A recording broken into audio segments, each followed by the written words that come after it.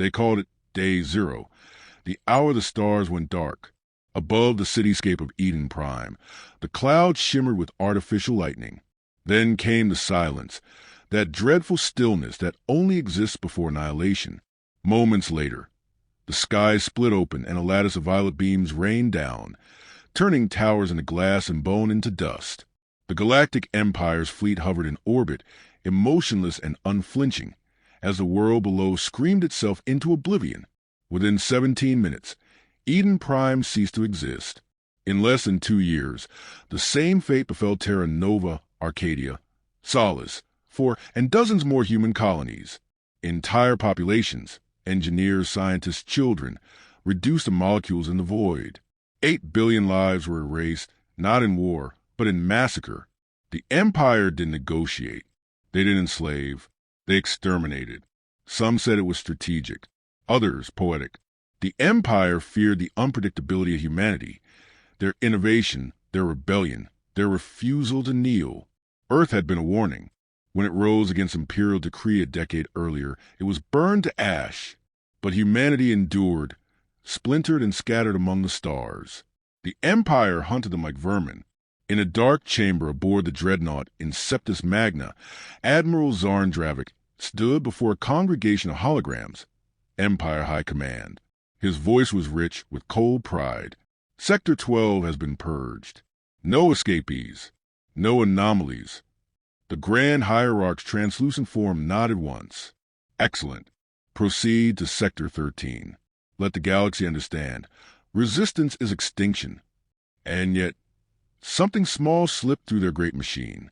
On the shattered remains of Colony Vega 6, where the air still smelled of char and plasma residue, a young girl named Lyra crawled from beneath the corpse of her father. Her small hands trembled as she brushed ash from her eyes. The sky was smeared with smoke, and in the distance, the Empire's ships were retreating, having declared their work complete. She was 7. No cries, no anger, just silence. In that moment, Lyra learned something older than vengeance: survival. Weeks later, in an abandoned transmitter post buried beneath the lunar surface of Vesper Minor, a whisper crawled through deep space relays and encryption breakers. The message was only 3 words, but they circled through outlaw networks and dead satellites like a ghost. Phantom vultures awakened. Most dismissed it. A myth. Rumors of a sniper unit that had survived Earth's last stand. Ghosts with guns, trained in the old doctrines of patience, camouflage, and kill ratios. They were believed to be long dead, but for a few who still listened to the dark, it was a call to arms. The Empire didn't notice. Why would they? They were gods among insects. No one had dared raise a rifle against them in years. But in the outer rim, far beyond charted hyperspace lanes, a planet cloaked by an ion nebula breathed in silence. Its name had been forgotten even in human archives. There, beneath a carved mountainside, a chamber flickered to life. One by one, biometric locks disengaged. Power conduits hummed. Long dormant systems recalibrated, and 4 shadows stepped out of cryo. Their names were known to only a handful of survivors. Lieutenant Arlen Voss, precision incarnate, his heart slower than most men's rage. Mara Quinn, surveillance tactician, her mind a web of logic and vengeance. Drax Wren, nicknamed Bullseye before the fall, a man with confirmed shots that defied physics. And Kyo Tanaka, silent, invisible, a ghost in zero-G. Their mission had never been forgotten, only delayed. Arlen stood before a cracked holomap of the known galaxy, red dots flickering where human colonies once bloomed. Now, only black voids remained. He didn't speak at first. Instead, he adjusted the scope of his rail rifle, calibrating with the ease of breathing. When he finally spoke, it was a whisper, but his voice carried weight. They thought we were extinct.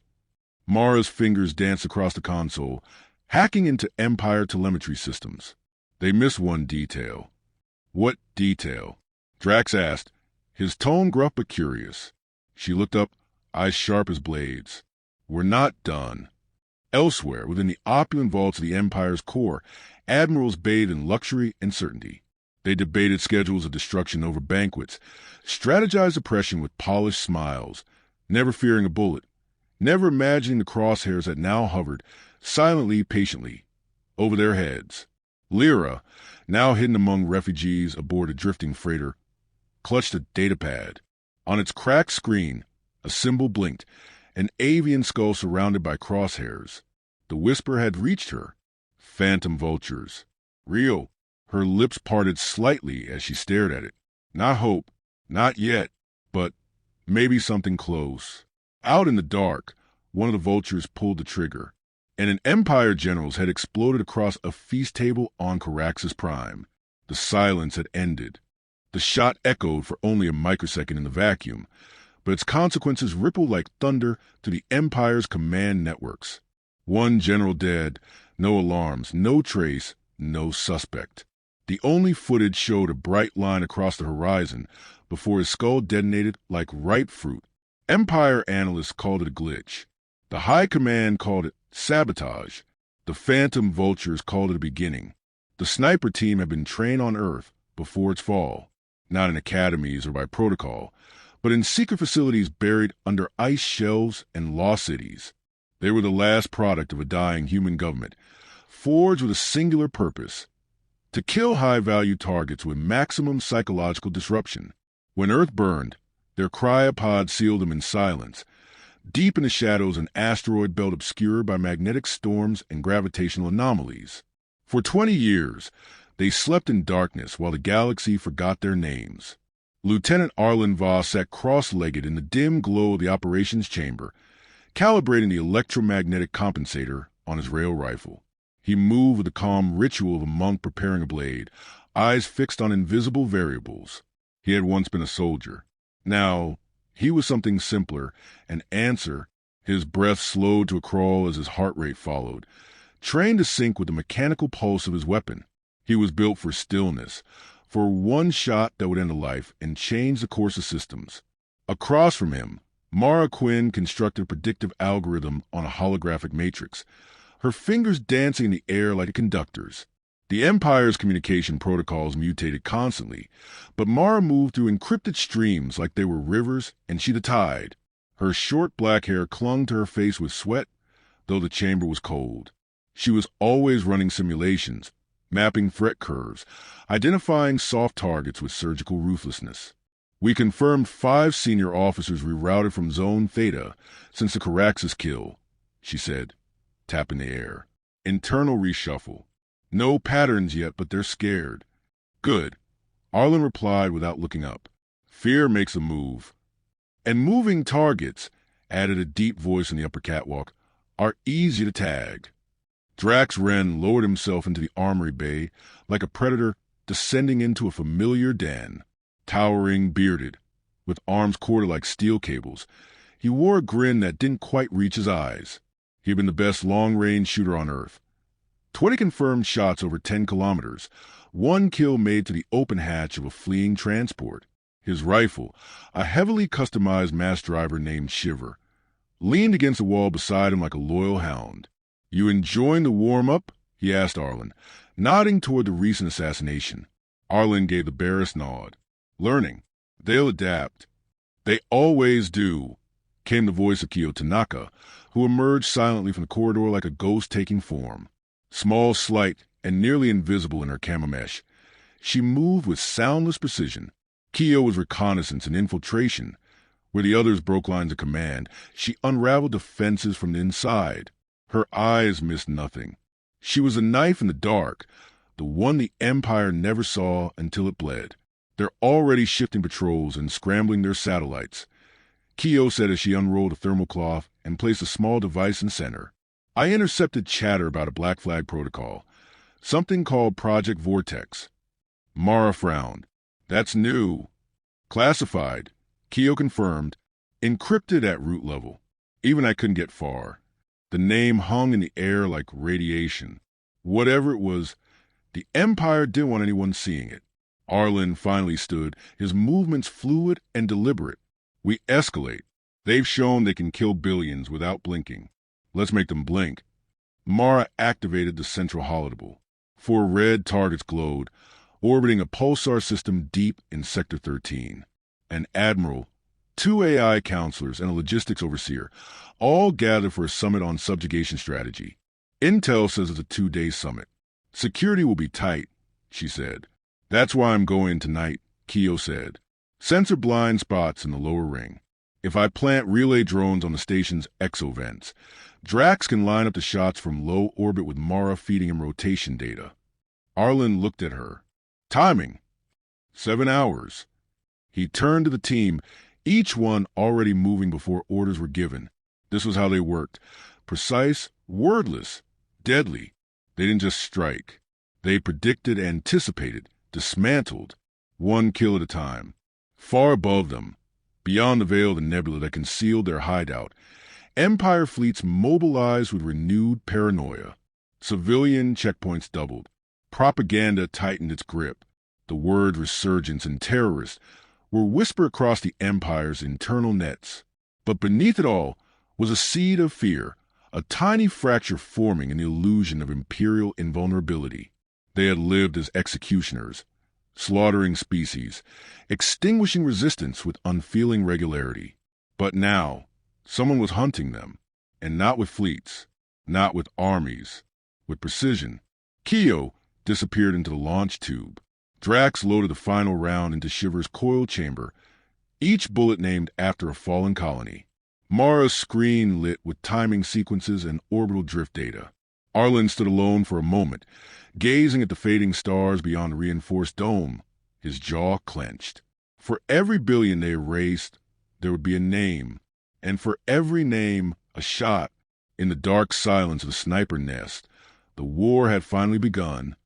The first target never saw the sky shatter. Admiral Kronville stood beneath the crystalline ceiling of the Orion Summit Dome, surrounded by Imperial officials, sipping from a chalice etched with human bone. Behind him, a hollow map pulsed with red, charting resistance clusters across the outer reaches. He never heard the rail spike before it entered just above his ear and exited through his opposite temple, vaporizing a quarter of his skull mid-sentence. His body crumpled in silence. A second later, his neural link fired a death signal to the security network, but by then it was already too late. The assassin was inside the room. He wasn't even on the planet. Drax Wren exhaled slowly inside his sealed exopod, positioned on the orbiting remains of a derelict satellite 400 kilometers above. Shiver's barrel still vibrated from the release. One breath, one life ended, and the chaos had begun. The other targets didn't wait to finish their summit. Panic, rare and electric among the elite, spread like flame across the Empire's upper echelons. Commanders rerouted to safe havens. Governors relocated. AI cores were airlifted from their housings and locked behind fortress walls of code and steel. But it didn't matter. The vultures were no longer striking for retaliation. They were executing a doctrine. Destabilize, fragment, unravel. One kill at a time. Over the next 17 days, 5 more high-value targets fell. An AI overseer disintegrated inside its armor cradle as an EMP-coated round pierced its central optic. A convoy captain was killed in the vacuum of space, his escape shuttle punctured by a shot from over 1,000 kilometers away. A propaganda minister's brain matter painted the ceiling of a luxury cruiser as her holographic speech mid-broadcast ended with the hiss of silence. Each strike was surgical, and each one spoke the same message. You are no longer untouchable. Inside their hidden base, Mara tracked the fallout. She watched as Imperial broadcasts began stuttering with contradictions, as lower-tier officials started issuing conflicting orders. The AI defense grid that once governed 22 sectors autonomously was now requesting manual inputs due to unresolved assassination variables. Fear was a contagion, and the vultures had made it airborne. They're calling us spectral class now, she muttered, scrolling through intercepted chatter, advising their fleet officers to change sleep patterns. No routines, no predictable locations. They're terrified of patterns. Keo emerged behind her, silent as ever, placing a data core onto the table. From the Delphi relay, they're deploying something called Inquisitor Protocol. Hunting anomalies. Mara leaned in. What kind of anomalies? Anything human. Anything unaccounted for. Arlen stepped in, his face lit by the ambient red of the console glow. They're bleeding, he said. Not enough to collapse. Not yet, but they've stopped looking outward. They're folding inward. Fear is expensive, Drax added, cleaning the chamber's shiver. Let's make them bankrupt. Their next strike wasn't a kill, but a message. Mara rerouted an old civilian transmitter and broadcast an encrypted pulse on obsolete human emergency frequencies. Across the scattered remnants of humanity, survivors received a signal encoded not in language, but in pulse beats. It was a rhythm once used by Earth's military, the pattern of a sniper's heartbeat during perfect aim.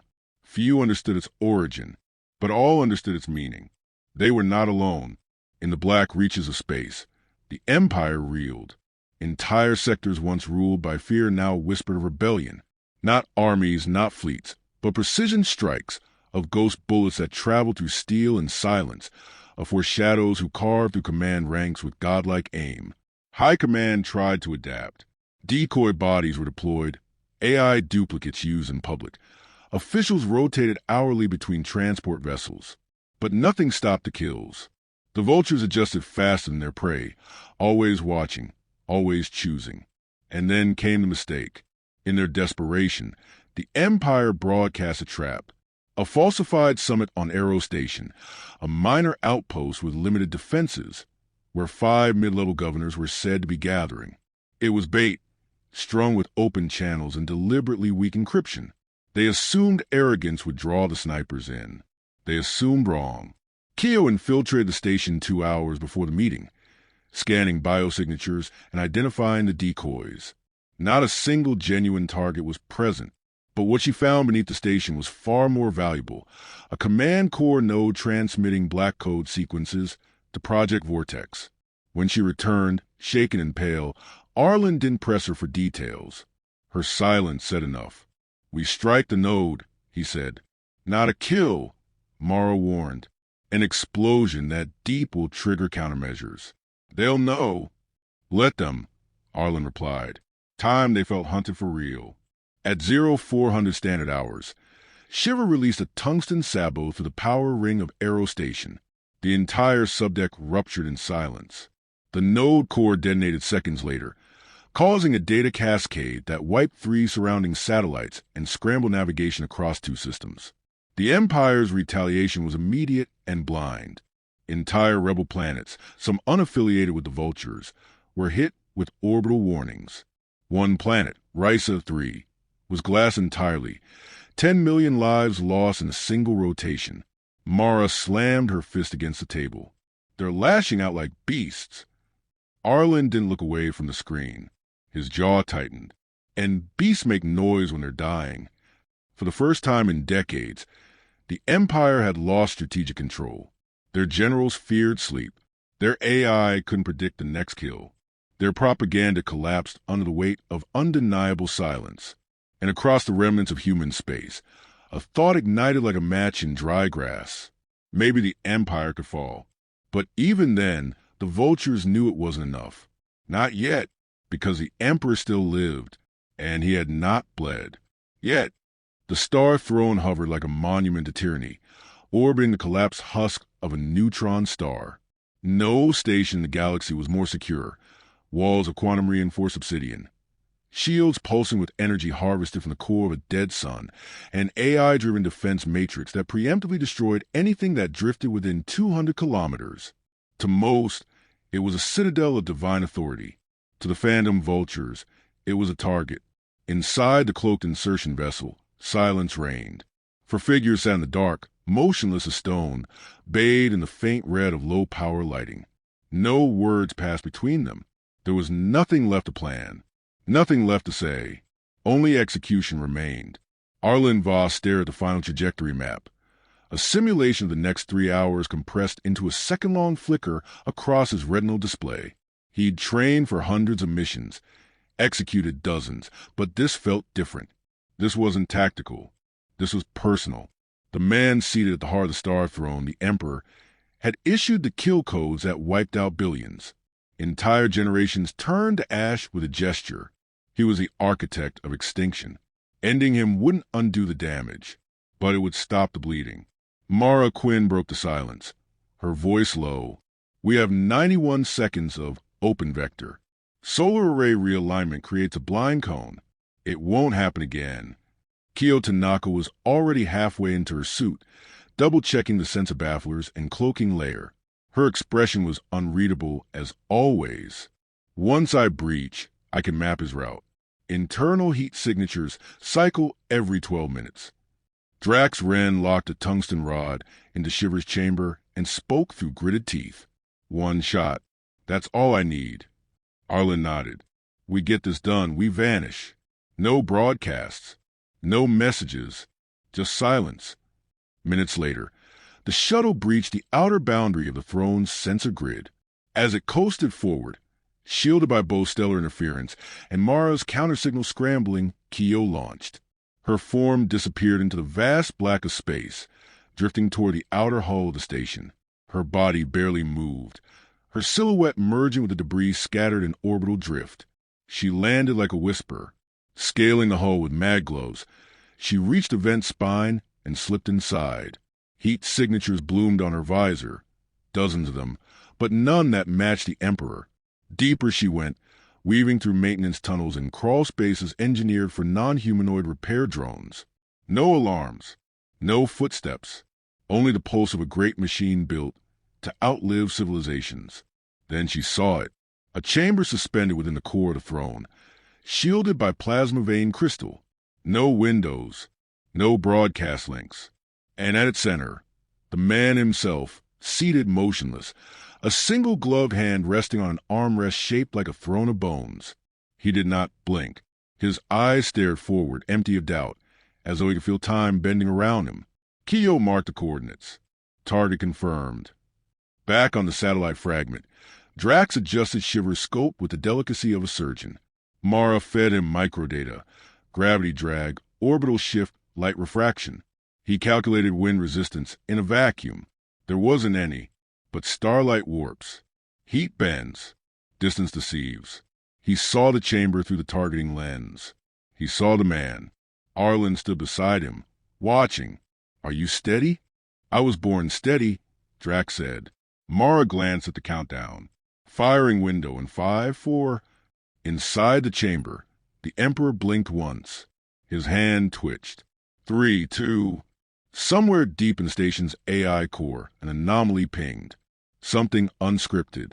Something outside of probability. A whisper in the code. 1. The shot fired. The round traveled faster than thought. It crossed open space, pierced the shields, passed through 6 meters of reinforced alloy, and struck the Emperor dead center in the forehead. For an instant, the chamber froze. Then his head vaporized in a cone of crimson mist. His body slumped. The throne went silent. And then everything fell apart. Across the star throne, systems blinked out. The AI's last command was incomplete, awaiting neural verification that would never come. The energy fields collapsed. The orbital stabilizers flickered. Turrets rotated aimlessly, seeking enemies that no longer mattered. But the real collapse happened across the stars. Every fleet, every command node, every AI tethered to the Emperor's authority experienced a rupture. Without his neural authorization, protocols failed. Civilian planets once suppressed by orbital guns now found their chains deactivated. AI enforcers entered sleep mode. Border worlds declared independence. Pirate lords surrendered. Entire systems began broadcasting freedom. Mara watched the wave unfold in real time. They're breaking. It's happening. Arlen didn't smile. He only whispered, then we vanish. They left no trace. Their shuttle dissolved into starlight. No message claimed responsibility. No voice boasted. No signal echoed. But the galaxy knew. On walls and slums of Century Prime, someone painted an avian skull inside a ring of crosshairs. On shattered moons once bombarded by Imperial cruisers, the same mark appeared etched into stone. Survivors began sharing the stories of a sniper team, unseen, unstoppable, answering genocide with silence and precision. On a drifting refugee ship, Lyra sat alone near a viewport. She watched the stars flicker, then disappear behind a passing asteroid. Her fingers traced a band on her wrist, etched with 4 feathers. She had survived Eden Prime. She had seen the fire. And now she had seen its end. Somewhere out there, the phantom vultures still watched, not for glory, not for medals, but for the next tyrant who thought they could erase billions without consequence.